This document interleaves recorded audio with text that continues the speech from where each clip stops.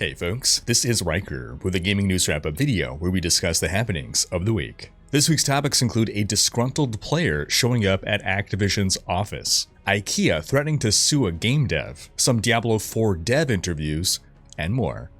As always, discussion timestamps can be found in the description below, but right before you skip ahead, just a quick reminder to ring that sub notification bell to be alerted to new Saturday episodes and stay up to date with gaming news highlights. But before we move on, just a quick word from this video's sponsor.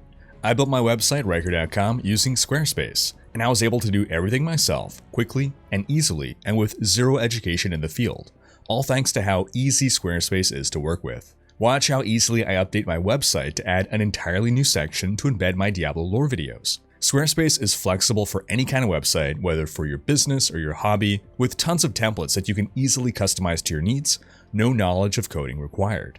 You can even connect your social media profiles to automatically push website content to your socials, set up members-only areas with exclusive content, and sell products. Basically, if you want to start a website, I recommend Squarespace. So, head to squarespace.com for a free trial, and when you're ready to launch, go to squarespace.com/Riker and use code Riker to save 10% off your first purchase of a website or domain. That's squarespace.com/RHYKKER and use code Riker to get started today. In our first quick story, we got a release date trailer for Atomic Heart, the weirdo FPS game with action role-playing elements set in an alternate history 1950s Soviet Union with robots, in which you play a mentally unstable KGB agent fighting rogue machines that are bioengineering strange mutants. The game releases February 2023, and it's crazy in the best possible ways. In other news, Slay the Spire is getting a board game. A Kickstarter campaign for the project has already exceeded its $50,000 goal and has raised nearly $2 million.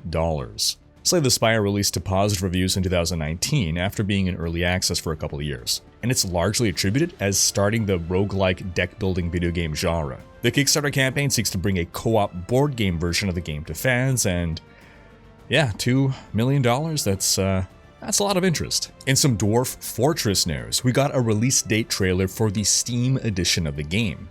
That date is December 6th. The legendary roguelike construction and management sim was in development since 2002, with its first alpha version released as freeware in 2006. You've got a procedurally generated world in which you control a group of dwarves trying to build a giant fortress. In 2019, an enhanced paid version of the game was revealed, and that's what's releasing this December for $30. But the free version continues to live on as well. The Steam version will have Steam Workshop support, and I'm excited to see the modding options that emerge from the community. In some World of Warcraft news, Blizzard has revealed the Twitch drops that players can receive for watching Twitch streams. To participate, you just gotta link your Twitch and Battle.net accounts, and then you gotta watch a certain number of hours of World of Warcraft streams from any streamer who has opted into Twitch drops and during certain time windows. To get the Dragon Kite pet, you have to watch 4 hours of Dragonflight content between November 15th and 18th. To get the Felldrake mount, you have to watch 4 hours between November 28th and December 1st. To get the Perpetual Purple Fireworks toy, you have to watch 2 hours from December 13th to 28th from select World of Warcraft channels. And to get the Ichabod Harvest Golem pet, you need to gift an eligible streamer's channel 2 Twitch subscriptions between November 28th and December 12th. Now, it should be noted that this Felldrake mount is the same as the one from the trading card game expansion War of the Ancients from 10 years ago. The WoW trading card game ran from 2006 to 2013 and was eventually replaced with Hearthstone. You could buy booster packs that could contain scratch-off codes that would let you redeem prizes in World of Warcraft, like the Felldrake mount. So this made that card with the Felldrake scratch-off code a collector's item that could sell for thousands of dollars on eBay. And now you can get it for free just by watching a few hours of Twitch. Or, leaving Twitch running on your computer while you go shopping, or just leaving the tab on mute while you do other stuff on the computer. Now, people who recently spent thousands of dollars on this on eBay are likely pissed. But for a lot of people, this presents the opportunity to get something that was exclusive for a decade. And it also opens up the possibility of other previously exclusive content coming back as Twitch drops, which likely has the collector market in an upheaval right now. But I turn the question to you folks. How do you feel about this? Should exclusives stay exclusive, or should they return for people to be able to acquire again at some point? Sound off in the comments. In some God of War Ragnarok news, a retailer started selling the game to 2 weeks before its release date. Like, what the hell? This led to significant spoilers starting to appear on the internet, much to the chagrin of the devs and fans who didn't want to be spoiled. The creative director called this disappointing, said that he was beyond frustrated with the situation, and called it, quote, incredibly stressful for the whole team who were forced to do damage control. Now, that bad news aside, it's been a positive news cycle for the game recently. Well, recently and pretty much always, but recently the devs revealed that the game will have a transmog system, which allows you to have the stats of one piece of gear with the appearance of another. This is something that players have been asking for, so it's a big win. The devs also revealed the graphics modes available for the different release platforms, including resolution and frame rate, and there's some great options there on the higher end of things, so the game should look gorgeous. Meanwhile, critic reviews have begun to release, and we're seeing an average critic score of 94 on OpenCritic, with 98% of critics recommending the game.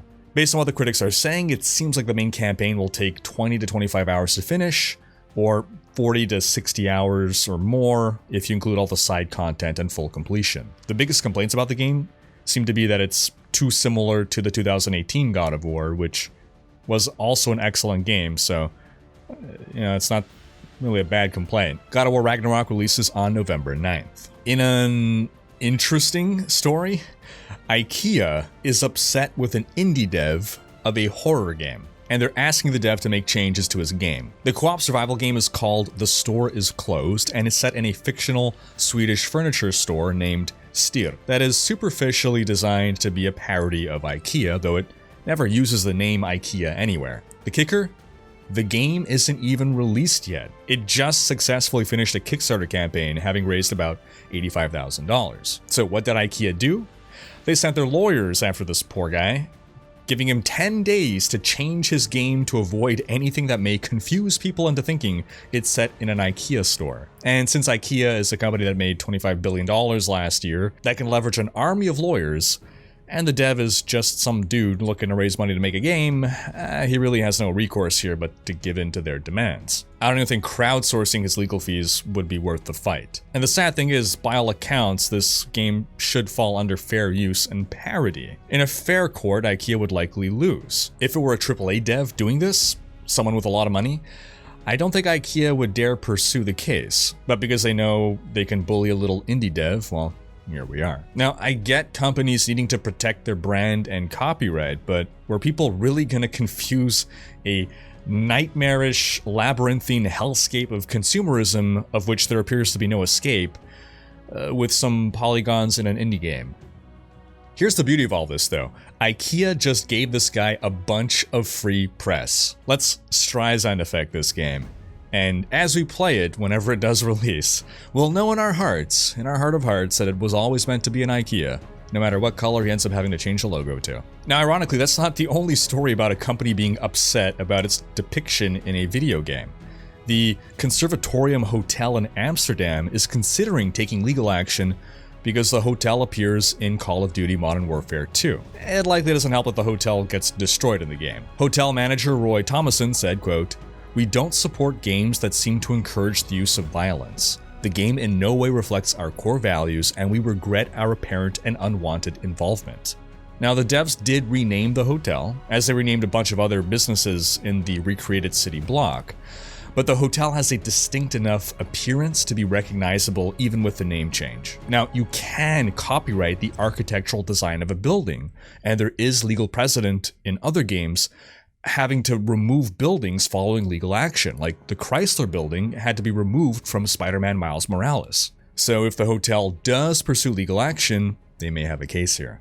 Now, speaking of Call of Duty, this isn't the only story about someone upset with the game. One player allegedly showed up at an Activision office to contest his ban. According to BC Gamer, the player got banned on October 28th, then bought the game again, then got banned again on October 29th. He then went to the Activision office in Austin, Texas to try to speak with an employee. He was met by a security guard in the parking lot and told that he would not be able to speak with anybody.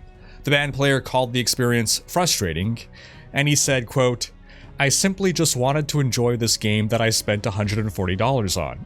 As for media associate producer Jacob Garcia said on Twitter, quote, "These employees are getting like $50 an hour and still can't afford the rent they split with 3 other people. Please don't visit game devs in their offices.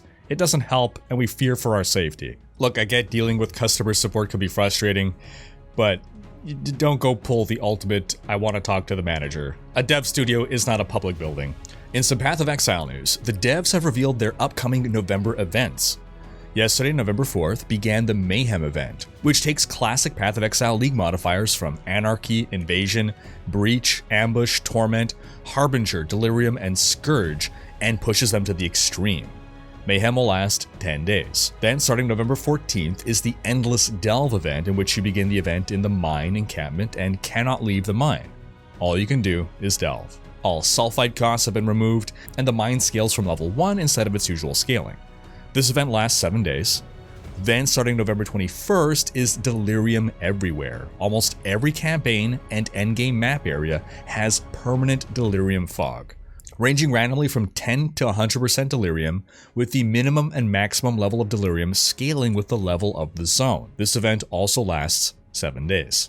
Each of these events has prizes for the top 3 players in each event, including cosmetics and t-shirts. The devs also officially revealed Ruthless, the hard mode that they've been working on for some time now. Some of the highlights of Ruthless include no longer having your flasks refill automatically once you return to town. Instead, vendors who sell flasks can now refill them for you. You're going to find very little crafting currency. Throughout the entire campaign, you might find 1 alchemy orb. Almost all movement skills are not available because movement skills trivialize certain game systems that add difficulty.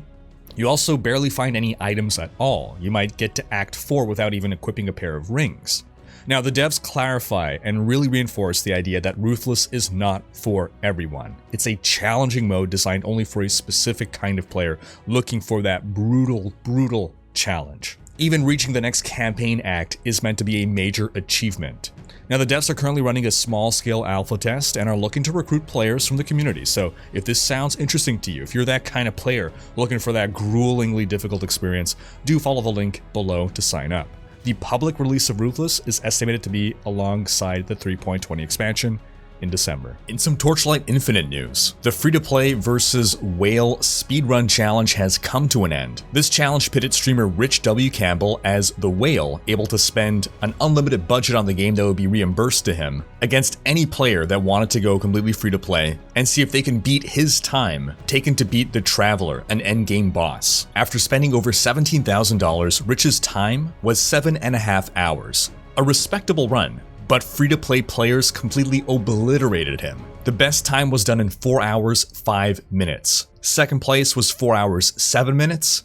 And third place was 4 hours and 9 minutes. Now, while of course you can't say that spending money gives you no advantage whatsoever, in other games, spending $17,000 would give you such a huge advantage over other players that they would have pretty much no chance. I think this challenge served its purpose of proving that while yes, you can buy power in Torchlight Infinite, you can obliterate the game while being completely free to play, and you can't just pay your way to being better than other players. In some quick Diablo 2 Resurrected news, the team last week deployed a hotfix to patch out a duping exploit, which allowed players to duplicate items like in the good old D2 days, so good to see everything is being remade in D2R.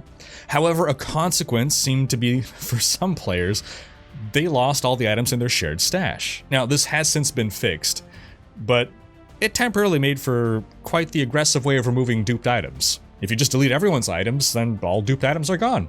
Problem solved. In some Diablo 4 news, in an interview with IGN, Diablo 4's game director Joe Shelley and Diablo general manager Rod Ferguson discussed Diablo 4's return to darkness. Ferguson described Diablo 4 as the Dark Tone of Diablo 1 meets the Progression of Diablo 2, meets the visceral combat of Diablo 3, and with new innovations of Diablo 4 like open world and a lot more choice in the gameplay. He also describes the return to darkness as a respect for the past. Now, altogether this message is not new. The devs have been consistently communicating this since the Diablo 4 reveal at BlizzCon 2019. It's a stark contrast to Diablo 3's development and messaging, where it seemed and felt to outsiders like the devs felt very confident in moving forward and almost like nothing was treated as sacred, which you can argue was exemplified by Deckard Cain dying in a cutscene to a butterfly in the first act of the game. Whereas now with D4, the devs really seem to be trying to respect the roots of Diablo.